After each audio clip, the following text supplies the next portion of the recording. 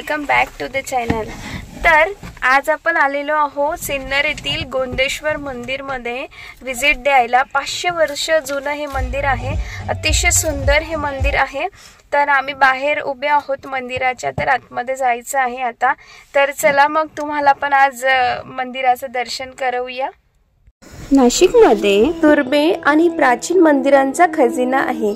यापैकी सिन्नर येथील पंचायतन प्रकारातील गोंदेश्वर मंदिर एक। यादव काळातील हे मंदिर नाशिकचं सौंदर्य आहे। सुमारे 800 वर्षापूर्वी सिन्नरवर यादव वंशातील राजा राव गोविंद याचे शासन होते। या राजावरूनच मंदिराचे नाव गोविंदेश्वर आणि पुढे गोंदेश्वर पडले असे असावे। गाभाऱ्यात मोठे शिवलिंग आहे। त्यासमोरील मंडपात नंदी विराजमान आहे। भूमिज शैलीतील मंदिर असून शिखर आज जागेवर नाही। बाकी प्रत्यक्ष भेट देऊनच या मंदिराचे सौंदर्य तुम्हाला अनुभवता येईल। हे मंदिर इसवी सन 1160 साली बांधले असावे असा अंदाज अभ्यासक लावतात। हे एकटे मंदिर नसून शिव पंचायतन स्वरूपात असणारा हा 5 मंदिराचा समूह आहे।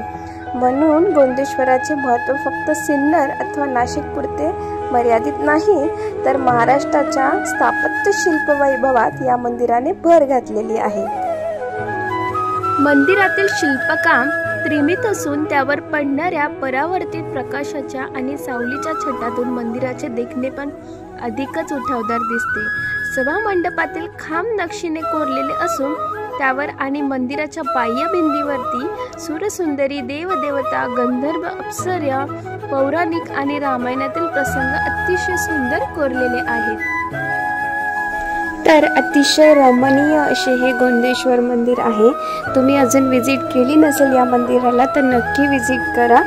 आणि मी त्याचा ब्लॉग एंड करते आहे। ब्लॉग आवडला असेल तर नेहमीप्रमाणे चॅनलला लाईक, शेअर, सबस्क्राईब करायला बिलकुल विसरू नका।